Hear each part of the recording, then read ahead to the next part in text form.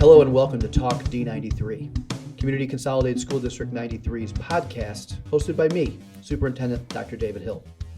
As this is our very first episode, it is important that you know what we're hoping to accomplish and what our vision is for this podcast. With Talk D93, I'll sit down from time to time with amazing CCSD 93 staff members and other key figures who impact our district to have conversations about specific programs, services, roles, events, and more that have a positive effect on teaching and learning in CCSD 93. As a listener, you'll find out a bit more about what's happening around the district and what we're doing to meet our mission of maximizing the academic, social, and emotional potential of each student. We'll try to keep them informative, relatively brief, under 20 minutes, and hopefully even a bit entertaining. With that said, we're recording here in my office today, and I'll be speaking with two of our outstanding instructional coaches about their position and how it impacts teaching and learning. I could not be more excited to welcome my first ever guests to the table, Stratford Middle School's Mrs. Jill Kirby and Elsie Johnson School's Mrs. Amber Reedy. Welcome. Thank you. Thank you for having us. So we're here today to talk about the instructional coach position. It's a relatively new position in District 93, one that we have at all of our elementary and middle schools. Ms. Reedy, can you start us off by explaining the instructional coach position a bit? And Ms. Kirby, feel free to jump in. Sure, I'd be happy to. First of all, thank you so much for highlighting our work in the district. We're excited to be a part of the first Talk D93 podcast. Our role in the district is really to build relationships with teachers that helps grow students. We're excited to be working alongside teachers in their classrooms, meeting with them to talk about everything from the academic potential that students have to the social emotional growth that they have the potential to accomplish. Our goals are always to work with teachers to improve any classroom practices, but also, and most importantly, to celebrate the great things that are happening in our classrooms. And we're always very excited to spend the day working with such talented teachers, but also such amazing students. Mrs. Kirby, any comments? Yeah, I totally agree. We're the main aspect I would say that we like to highlight is that we're partners, that this is a partnership. I think that teachers for so long have worked in isolation, that it's really important to recognize that we're part of a district that honors this need of support and helping grow kids, as you mentioned. I love that. We believe as well that the instructional coach position is a very vital role for our schools, both for our teachers and our students. How does the role impact or directly impact our teachers and instruction across our district? I think firstly, we always consider the district strategic plan. It's important to us to highlight the vision of the district and really incorporate what the goals of the district are. Through that, we also consider each of our schools' school improvement plan, which has been outlined by our administrators and is usually collaborated upon with building leadership teams. So a lot of individuals we take a lot of individuals into consideration when we're thinking about what we're doing with teachers in the classroom. I think the impact really boils down to how can we help teachers maybe take some risks in their classrooms that they wouldn't necessarily do had they be working alone. And one of the greatest things that I have seen over the past 5 years as an instructional coach is just the talent that these teachers have to offer and bringing those not just from their classroom and the four walls of their classroom, but then also across their team. And then it always catches like wildfire. Like I'm working with a second grade team right now on a problem-based learning experience. And that particular team has shared it with other teachers just in passing in the building. And now other teachers are reaching out to me and they'd like to modify it for their particular grade level. So I think it's all about what Jill said earlier, and that it's not about working in isolation, it's about collaborating. And not just collaborating with the members of your team, but also across the building. And it's important for us to always take that back to our school improvement plan and our strategic plan. Right. Yeah, agreed 100%. That was really well said, that in terms of working with one teacher and then it doesn't have to be like the instructional coaches that is working with another teacher and another teacher, but teachers begin to work with each other. And one of our roles can be to actually maybe substitute and relieve a teacher from her classroom for temporarily while she can go and observe another classroom teacher. So I love the idea that we're kind of building that total teacher efficacy and learning from each other. So kind of tearing down those walls and the silos that a lot of times we've been part of for a number of years, and building the whole, just the building working together, not just with a coach. I think also our long-term goal too is also to collaborate across buildings. So we've really worked hard as an instructional coaching team to share the things that are going on in our buildings that we're proud of, and then how can we bring those into other buildings. Something that, you know, we've been very passionate about for a long time is having our buildings be more collaborative. And so I know that Jill and Nicole Dondorf at Jay have worked very closely to bring the two middle schools together. I know that for the elementary school coaches, we've worked very hard to provide professional development opportunities for teachers that's seamless. So it's not just happening at one building in our district, but it's happening across the district. Right, and if I could just interject for a quick second, not only are we working in the elementary working together and then the middle schools working together, but we've worked really hard to bridge the elementary transition to the middle school. So a couple of years ago, we worked closely with fifth grade teachers and the instructional coaches at the elementary buildings to bridge that transition for our fifth graders into the middle school with small group instruction, with trying to sort of transition them from the resources that are in an elementary school and then trying to kind of replicate and make sure that they're supported at the middle school when they enter. So I've worked closely with the elementary coaches. I think that was an opportunity that wasn't there before we had this instructional coach position. So I think that was super valuable. Sounds like we're doing a lot of great things in District 93, and having 8 outstanding instructional coaches, I'm sure, is making a large difference. How do you think the role impacts our students and students' learning? Well, any goal that a teacher sets is student focused. So, right, all teaching is focused really on student learning. So we can talk about instructional practices, we can talk about teaching practices, but really we're talking more about learning. And so all of our work with teachers is focused on what is the outcome they're hoping for their students, and are we hitting that goal? So we would meet with a teacher, they can help establish what they see as their goal. We know people aren't motivated by other people's goals, so teachers set their goal for their classroom based on the individual needs of their students.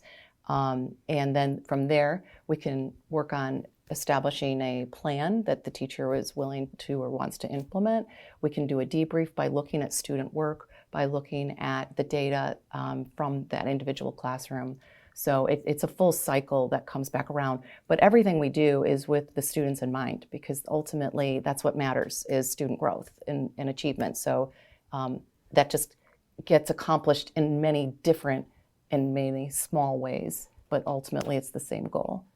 I think I couldn't say it better. I want to echo what Jill just said about really focusing on the power of the student and putting the learning back on the student and making sure that the students feel empowered too. And so our goal is always to work alongside those teachers, whether it be during their plan time, during classroom instruction, but we are in classrooms and meeting with teachers all the time. And it's very fortunate for us to see these goals be accomplished and being able to come alongside and celebrating them, and then also turning back around and providing the opportunity for teachers to become leaders within their building or within their grade level.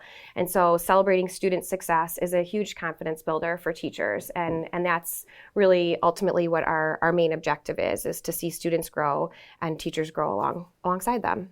Right, and the kids like to see the coaches work with their teachers too. It's kind of fun to have a collaborative dynamic in the classroom. We know that kids love to work together, and so when we come in, we share that teachers love to work together. We know that one idea is great, but when that's collaborated with another individual, then that just idea grows. Yeah, exponentially. Really, the power is in collaborating. So the kids get to see that as well.